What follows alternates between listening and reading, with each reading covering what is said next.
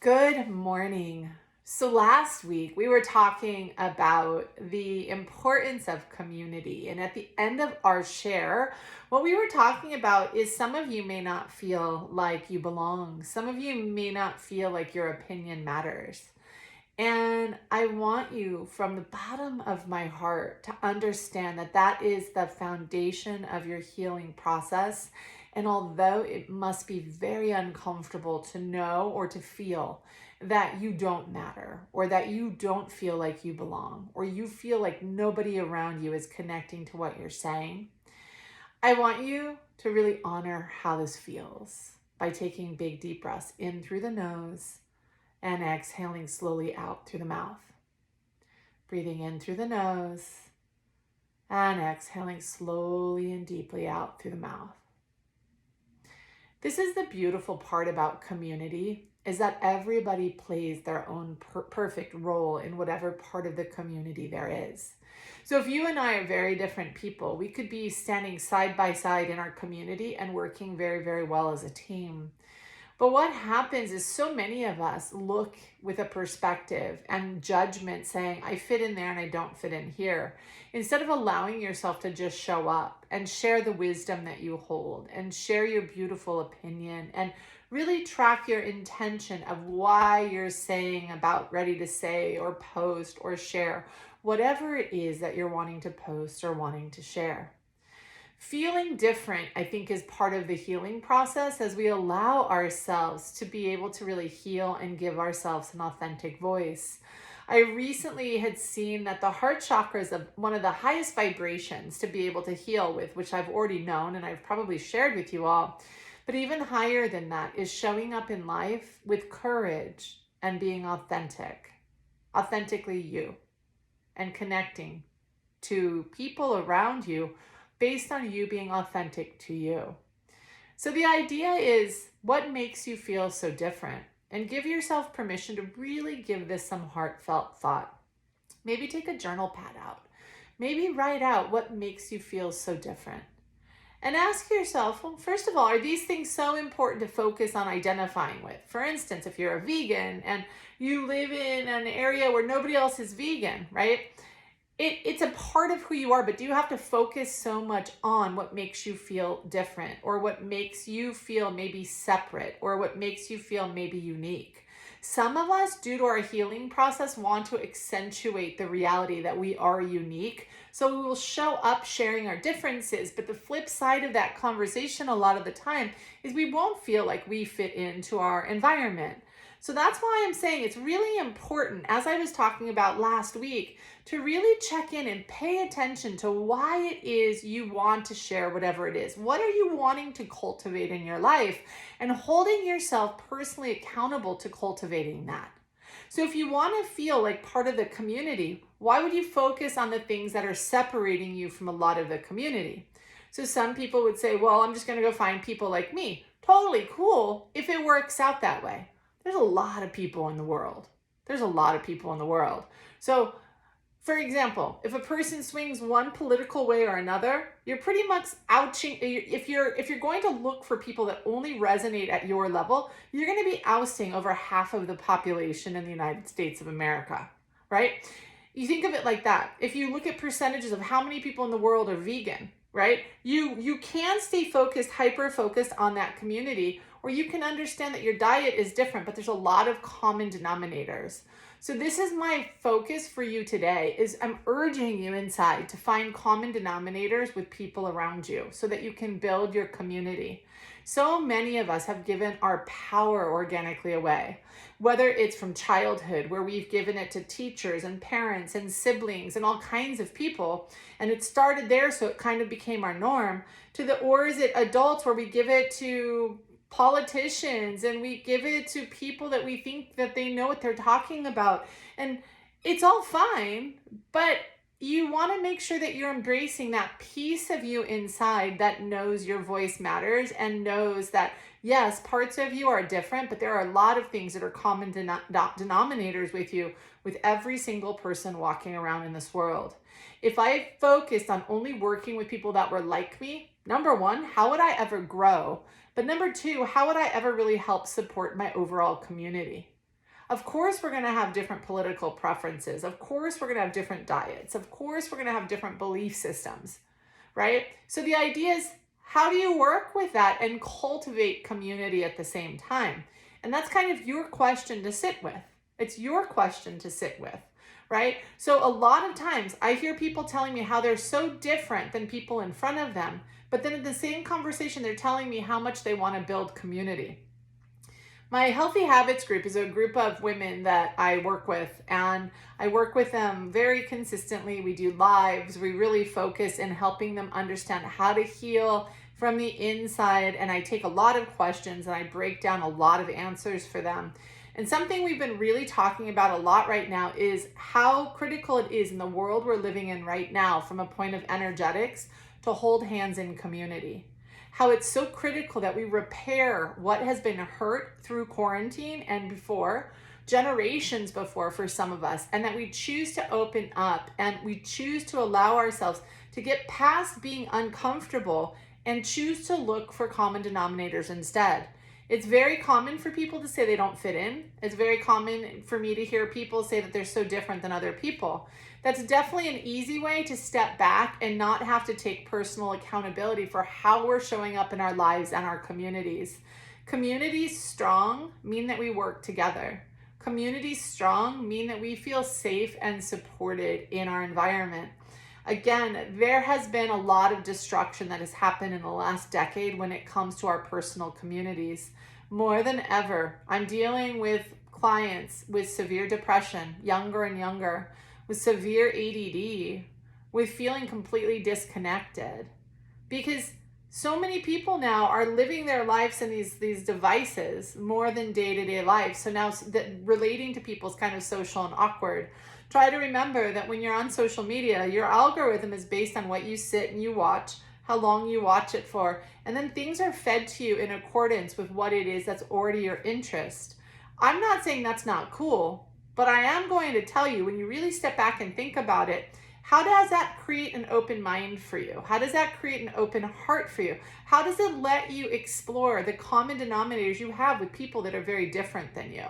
So if you've gotten into a habit, a bad habit, of judging people around you that aren't like you, of feeling like you have to protect yourself because you're not like the people around you, I want you to take a slow, big, deep breath, give yourself permission to create stillness in yourself and ask for insight of how you can show up differently in your life. How can you show up differently instead of pulling yourself away or judging?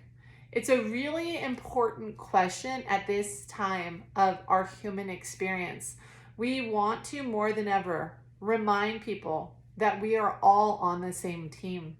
Whether we have a different political view, medical view, dietary view, financial view, it doesn't matter.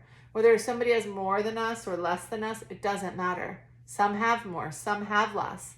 But we're so blessed to be here, and we're so blessed to have what we actually have. But again, another point for division for a lot of people, because maybe we feel resentful, maybe we feel angry, maybe we feel jealous, maybe we feel sad, maybe we feel deprived. Whatever it is, do the work you need to find center back into your heart. People will ask me consistently the number one thing to focus on, and obviously it changes based on energetics.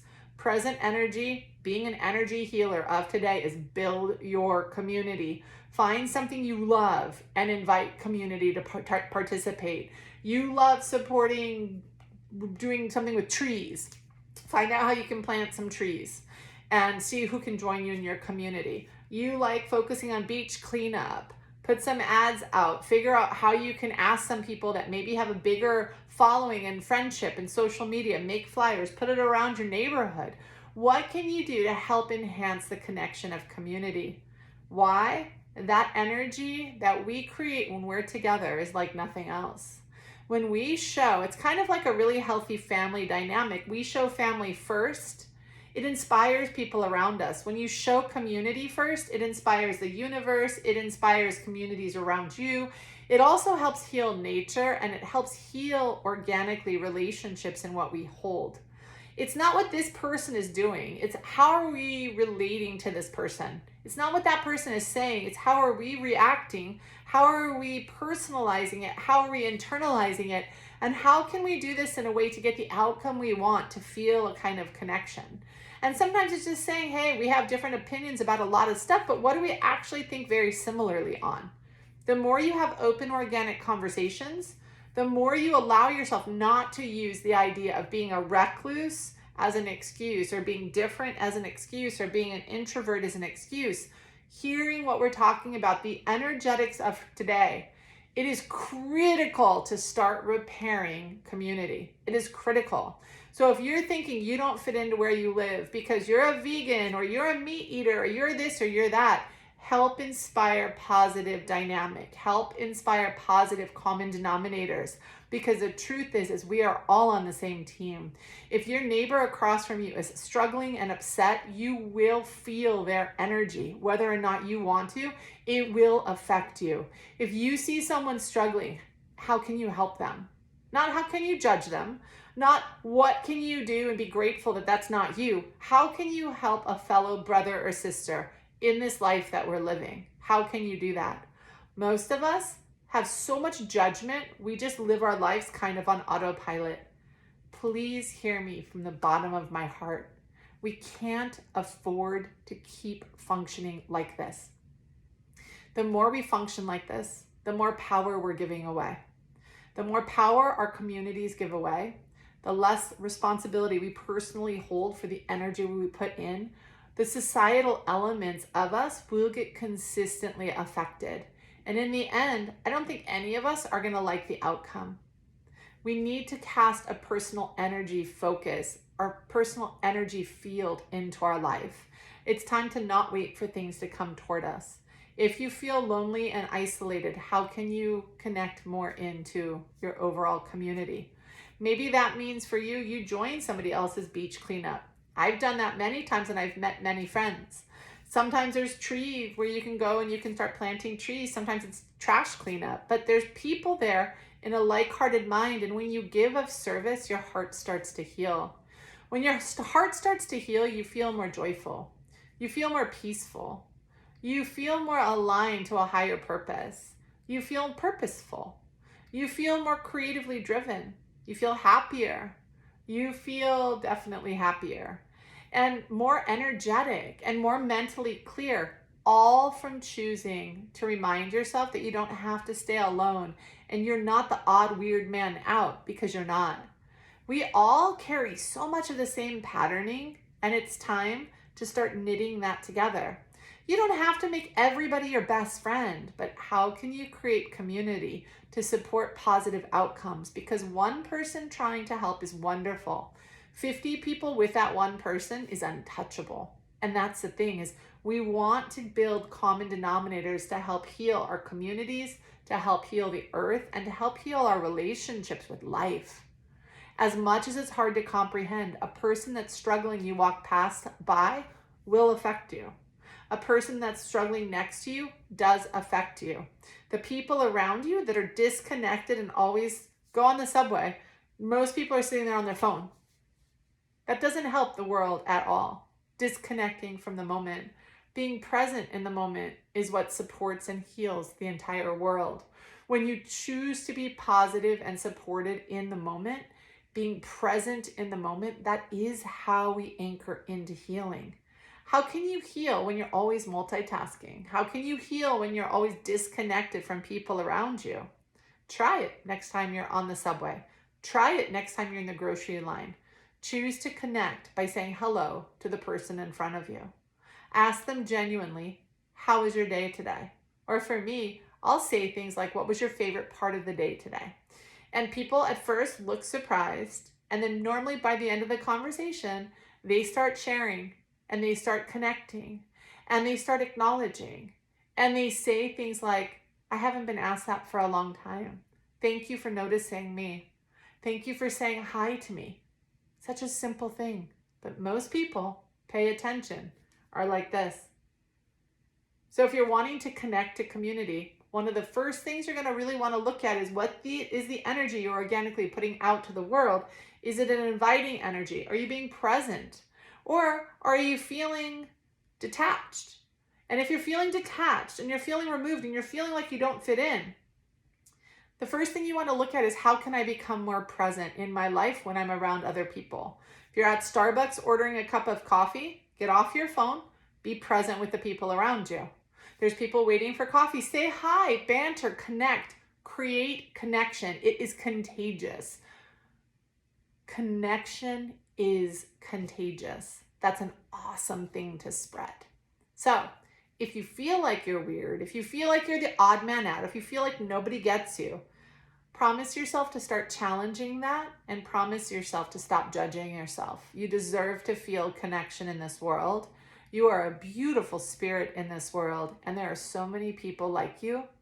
I promise you. They might not be exactly like you, but they're a lot more like you than you give them credit for. But again, most of us are so detached away, we just choose not to connect. And then we wonder why we're lonely, why we're depressed, why we feel anxious, why we feel unsupported. Ask yourself, how present am I being in my life? Am I interacting with people in my life proactively and creating true connection? Small moments. It will make a huge difference for you, I promise. Big, big hugs.